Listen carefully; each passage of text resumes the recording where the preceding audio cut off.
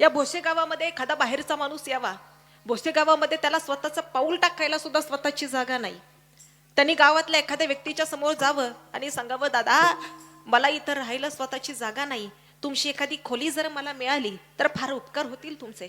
तुमच्या गावातल्या एखाद्या व्यक्तीनं स्वतःची खोली द्यावी, पण खोली देताना सांगावं, दादा या खोलीचं 5,000 रुपये भाडं द्यावं लागेल. 5,000 रुपये भाडं समोरच्या व्यक्तीला दिलं आणि त्याच्या खोलीमध्ये हा राहायला लागला.